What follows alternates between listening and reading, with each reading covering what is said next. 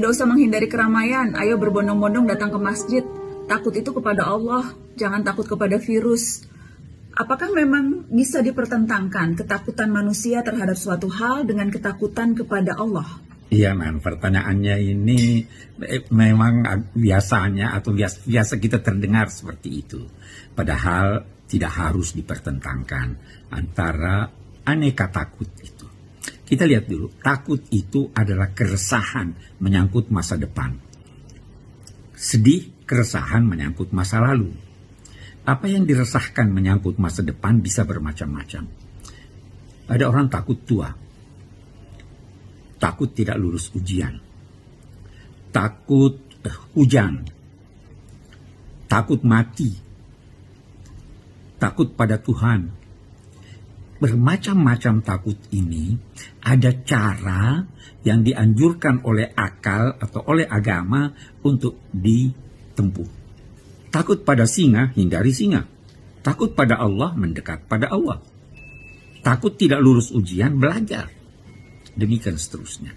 Nah, corona adalah suatu penyakit yang menakutkan karena bisa mengantar seseorang kepada kematian atau sakit yang parah. Nah, ada caranya untuk menghindar yang diperintahkan oleh Allah. Siapkan diri ke dokter dan lain-lain sebagainya. Kita tidak bisa mempertentangkan. Kenapa? Karena Rasul pun, Nabi pun takut. Ketika Nabi Musa bertemu dalam 2 tanda petik dengan Tuhan, waktu beliau akan diangkat menjadi Rasul, salah satu bukti yang dianugerahkan Tuhan kepadanya adalah tongkatnya berubah menjadi ular. Al-Quran menyatakan, Nabi Musa melihat itu takut mundur. Allah berfirman kepadanya, la takhaf. Jangan takut. Jadi Nabi Musa takut. Nabi Ibrahim alaihissalam ketika kedatangan tamu-tamu yang dia tidak kenal, tetapi dia sambut, disiapkan hidangan makanan yang enak. Ketika dia lihat bahwa tamu-tamunya tidak menyentuh makanan itu, aujasa fi nafsihi khifah. Terbetik di dalam hatinya rasa takut. Tamu-tamu itu tidak makan karena tamu-tamu itu adalah malaikat-malaikat yang berbentuk manusia. Nabi Ibrahim takut. Bukan berarti dia tidak takut pada Allah. Ketika terjadi perang, Nabi Muhammad SAW bersama sahabat-sahabatnya takut diserang musuh waktu sedang salat. Maka turunlah ayat-ayat Al-Quran yang mengajarkan tata cara salat dan yang berbeda dengan yang sebelum ini, salat itu dinamai salatil khauf.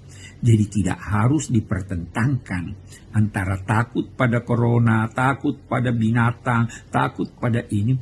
Kita diajarkan sekian banyak doa.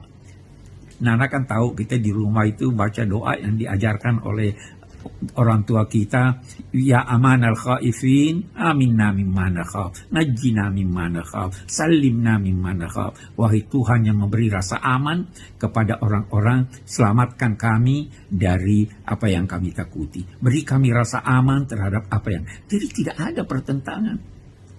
Kita tempuh cara-cara yang dibenarkan oleh agama, yang dianjurkan oleh Rasul, dan dianjurkan oleh orang-orang yang mengerti persoalan.